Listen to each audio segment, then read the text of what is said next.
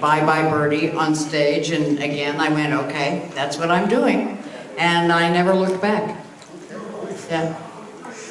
And how your career, how did it evolve into until you finally got the role of Lois Lane for Superman? What projects had you worked on that led you up to that point?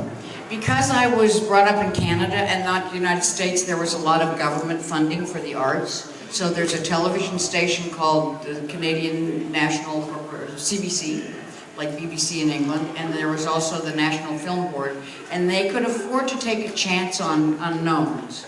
And so I did a lot of work and learned as I worked at 15, 16, 17. And then when I was 18, I read about an agent who handled Canadians. And so I wrote him a letter and said, here I am. And he wrote me back and said, I'm sorry, I've never heard of you. And you're nobody, and you live in Montreal, and I can't help you. So I was so young and foolish, I took that as an invitation to go to Hollywood. Against all odds. Yes, so I borrowed $400, I remember, and got a ticket to Hollywood and stayed in this horrible little motel. And the agent actually met with me. And he took me to 2 auditions. One was with Antonioni for Zabriskie Point. This was a long time ago. And the other was Norman Jewison for a movie called Gaily Gaily, which was, I think, his only flop. And within a week, I got the movie. I screen tested and got the part in the movie. And because I was 18 and dumb as a stick, I went, of course. You know, I didn't even know I was lucky. I just assumed that's how it worked.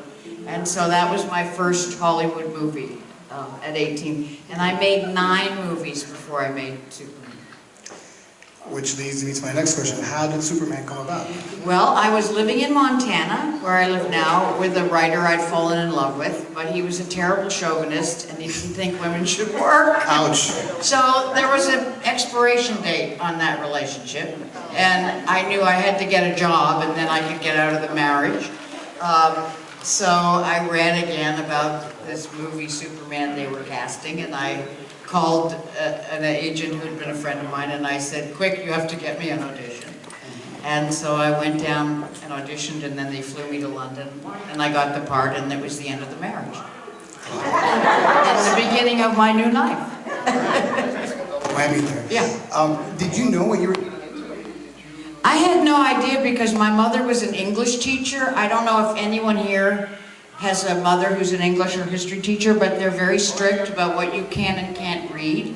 And you have one? Yeah. And you too? So we were not allowed to read comic books when I was young. My mother thought they were trash and they were forbidden in the house because we were supposed to read good books. So I had never read a Superman comic.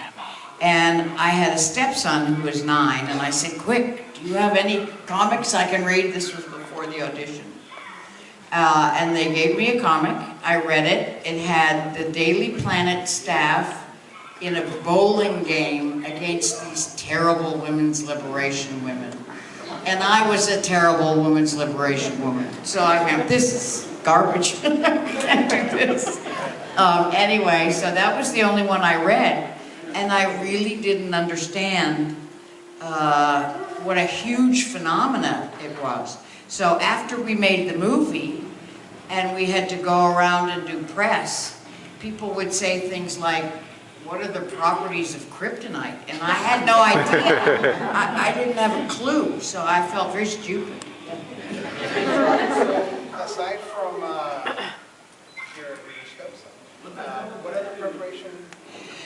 Well, I was very lucky. The script that was written basically by a friend named Tom Mankiewicz, who just died last summer, he did what's called the polish, and his credit just says creative consultant. But all the wit and the humor and that kind of 1930s sassy attitude was all because of him. So my homework I did pretty much based on the script. Okay. It was so perfectly written and so wonderful. And I, asked a few people some stuff about Lois Lane, but I very pointedly didn't want to portray what was exactly in the comics, that I wanted to take my interpretation from the script. So what did you put into the role of Lois Lane? Well, the part of it that was my contribution was basically I knew in my personal life that when I was with a guy who I wasn't interested in, or I would say that line, I think of you as a brother, which men really hate, you know, that I acted one way, and I was very confident and very cocky. But if I was in love with a man, I was a complete jerk, always. So I went, well, let's give Lois Lane, when she's with Superman, let's make her kind of a jerk and fumbly and bumbly. And when she's with Clark, I'll kind of like that, dismissive. So that part of it I brought. Then we did some improvisation, so there was some... Yeah, that's the What's screening that? room next door. Oh, Now, my God, that doesn't sound like me. you mentioned the whole feminist movement, and I know that over the years, your interpretation of Lois Lane has been thought of as an expression of that whole feminist movement, or a reflection of all that. Is that something that you did on purpose, or was that just a sign of the times? Do you know, I'm 62, so when I grew up, I remember the year that women's liberation made a transition from this tiny thing to huge, and it was 1965. I was graduating from high school, going to university. I was 16, and suddenly everything changed. You were allowed to be smart, you spoke your mind, you could get a job, you weren't supposed to be a little housewife. And for me it was enormous. When I got the script, I just assumed that Lois Lane was a feminist and that her working was second nature to her. I didn't realize that for a lot of people in those days, it was still quite revolutionary. And it really was. I mean, a lot of you young girls are not aware of how recently it was that you were allowed to get whatever job you wanted. You were allowed to dream of being president of Puerto Rico or the United States or whatever you want to be president of. All of these things are new for people my age. And so we fought long and hard for them. So to me it seemed natural to make Lois that kind of woman. And was there any resistance against that? No, because again, the script was so good.